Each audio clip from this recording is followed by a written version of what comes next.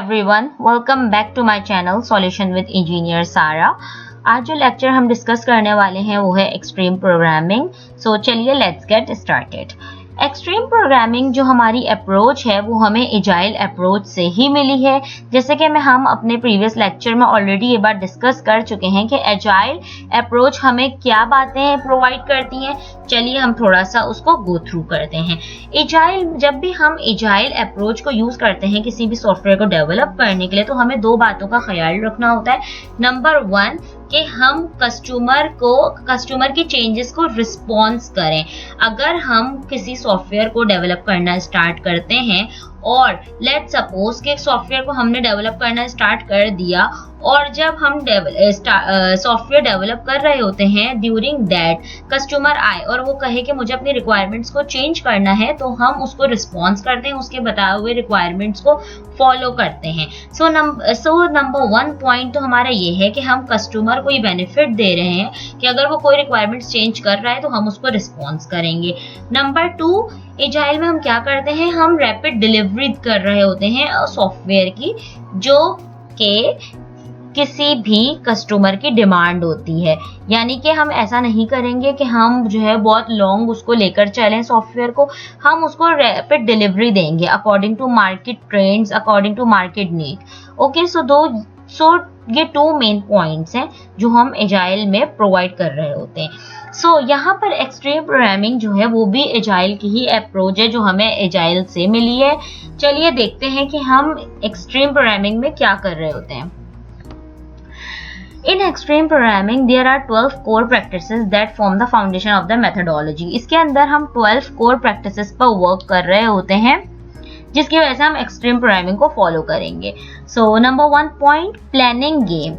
The planning game is an activity where the development team and the customer collaborate to identify and prioritize user stories or requirements। सबसे पहले हम क्या करते हैं, हम planning करते हैं। मीन्स जो हमारी सॉफ्टवेयर डेवलपमेंट टीम है वो कस्टमर से इंटरेक्ट करेगी, उसकी रिक्वायरमेंट्स को गैदर करेगी, देन यूजर स्टोरीज क्रिएट करेगी। यूजर स्टोरीज मीन्स के जो भी क्लाइंट की रिक्वायरमेंट्स होगी उसकी एक स्टोरी क्रिएट करेगी, देन उनको प्रायोरिटाइज करेगी कि कौन से हाईली प्रायोरिटाइज टास्क हैं जो यूजर पहले चाहता है। यानी कि अगर कोई भी मॉडल है, कोई भी अगर एक लार्ज सॉफ्टवेयर है, उसको हम चंक्स में डिवाइड करेंगे। डिवाइड करने के बाद हम रैपिड डिलीवरीज दे रहे होंगे, यानी one by one module develop करके दे रहे होंगे। सो यहाँ पर जो है प्लानिंग की जाती है इस फेज में, कस्टमर के साथ सॉफ्टवेयर टीम जो है वो प्लानिंग करती है। Together they decide which user stories should be included in the upcoming development iteration। यानी कि जब एक बार हमारे टास्क जो है वो प्रायोरिटाइज हो जाएंगे तो फिर हम ये आइडिया लगा सकते हैं कि हम फर्स्ट आइटरेशन में कौन से टास्क है जो कस्टमर के हैंड ओवर करेंगे, देन सेकेंड में कौन से होंगे, देन थर्ड में कौन से होंगे। स्मॉल रिलीजेस, जैसे कि मैंने आपको अर्लियर बताया कि हम पूरे सॉफ्टवेयर को एक साथ डेवलप करने के बजाय हम क्या करते हैं, उस पूरे सॉफ्टवेयर को स्मॉल चंक्स में डिवाइड करते हैं, देन वन बाय वन हम उस मॉड्यूल को डेवलप करते जाएंगे और कस्टमर के हैंड ओवर करते जाएंगे एंड देन उससे फीडबैक लेते जाएंगे, जिससे हमें ये बेनिफिट मिलता है कि हम कोई भी किसी किस्म के एरर में नहीं फंसेंगे और कस्टमर की इन्वॉल्वमेंट भी ज्यादा से ज्यादा रहेगी। सो XP emphasize delivering small incremental releases frequently instead of waiting for a long development cycle to complete the entire project। This practice allows for continuous feedback and helps to meet changing customer needs। जैसा कि मैं आपको बता चुकी हूँ, explain कर चुकी हूँ। Metaphor is an imaginative way of describing something by referring to something else which is the same in particular way। So metaphor को अगर मैं आपको इजी वर्ड्स में समझाऊं तो मेटाफोर हम उस चीज को कहते हैं। लेट्स सपोज अगर मैं आपको एग्जांपल दूं, जैसे कि मैं किसी कंपनी को फोकस करूं, लेट्स सपोज XYZ कंपनी, और मैं जो है अपने किसी फ्रेंड को बता रही हूँ कि ये XYZ कंपनी है और इस कंपनी में तो जंगल का कानून चलता है। सो जंगल का कानून क्या होता है कि उसके अंदर एक शेर होता है और वही एक सबसे ज्यादा वो होता है, बाकी सब जो है डरे सहमे इस तरह से रह रहे होते हैं। सो हाँ, मैंने उसको एक पिक्चर दिखाई इमेजिनरी, तो अगर मैं किसी के लिए ये वर्ड यूज करूंगी कि यहाँ तो जंगल का कानून चल रहा है, तो ऑब्वियसली वो उस बात को समझ जाएगा कि मैं क्या कहना चाह रही हूँ, कि मतलब ये कंपनी किस तरह की कंपनी है। सो मेटाफोर इमेजिनरी वे होता है किसी भी चीज को डिस्क्राइब करने का। सो यहाँ पर हम यही करते हैं कि हम मेटाफोर्स पर वर्क करते हैं। The metaphor provides a clear mental model for developers, यानी कि हम एक मेटाफोर जो है सॉफ्टवेयर का दिखाएंगे कि जो है हमें इस तरह का सॉफ्टवेयर चाहिए डेवलपर के लिए, so making it easier for them to work together. Simple design. XP promotes the concept of simple design, which means implementing the most straightforward and efficient solution to meet the current requirements. Simple design means कि हम अपने code को simple रखेंगे, उसमें simplicity रखेंगे, कोई complexity add नहीं करेंगे, ताकि सारे जितने भी टीम मेंबर्स हैं उनके लिए इजी रहे उस कोड को अंडरस्टैंड करना, मेंटेन करना और उसको रिफैक्टर करना, मींस उसको चेंज करना। Test driven development. Test driven development में क्या होता है, हम इसमें ये चीज करते हैं कि सबसे पहले हम क्या करेंगे, एक पूरे कोड को लिखेंगे। कोड को लिखने के बाद उस कोड को टेस्ट करेंगे। अगर तो वो कोड पास हो गया तो फिर हम न्यू इंक्रीमेंट में जाएंगे, यानी कि हम न्यू मॉड्यूल क्रिएट करेंगे, न्यू इटरेशन क्रिएट करेंगे। बट अगर वो फेल हो गया कोड तो फिर हम उसी वक्त उसको रीराइट करेंगे। देन हम उसको जब तक रीराइट करते रहेंगे जब तक कि वो टेस्ट होने के बाद पास ना हो जाए, जब तक कि हम नेक्स्ट मॉड्यूल पर नहीं जाएंगे हमारा कोड पास ना हो जाए। सो ये सारी जो है वैल्यूज हैं जो हम फॉलो करते हैं एक्सट्रीम प्रोग्रामिंग में।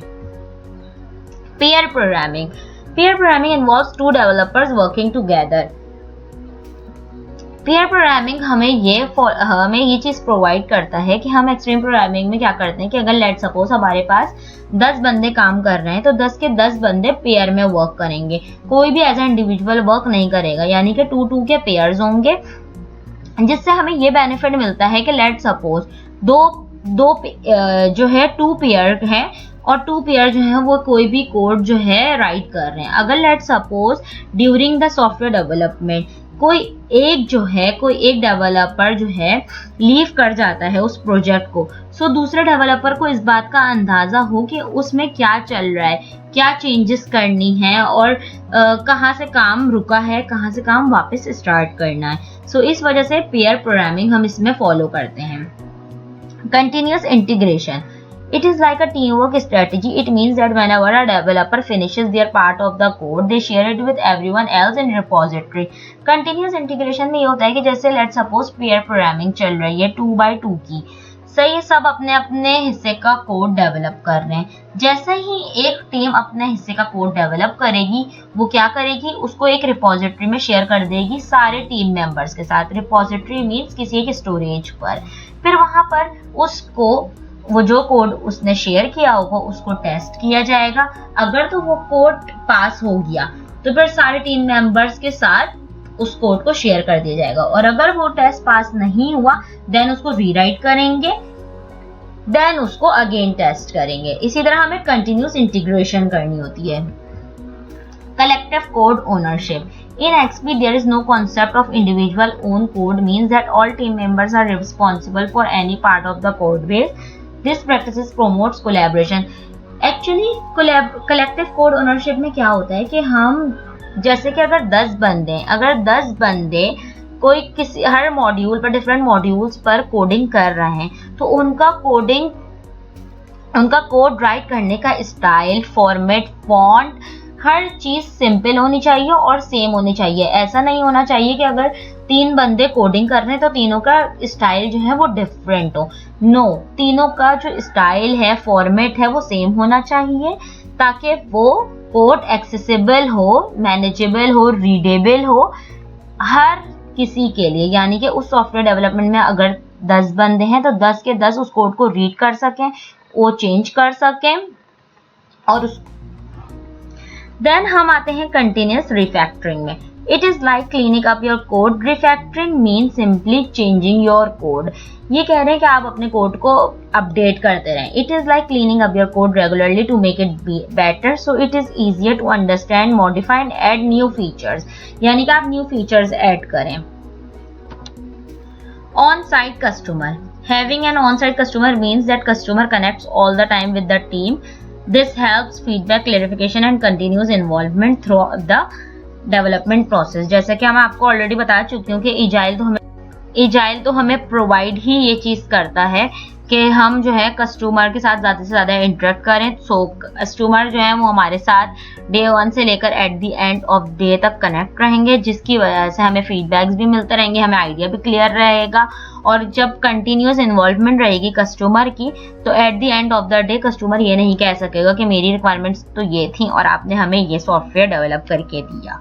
सो ये था एक्सपी मेथोडोलॉजी आज का हमारा लेक्चर। अगर आपको इसमें कोई प्रॉब्लम हुई हो तो आप मुझे फीडबैक जरूर दीजिएगा। नेक्स्ट लेक्चर के साथ मिलेंगे। टेक केयर, अल्लाह हाफिज।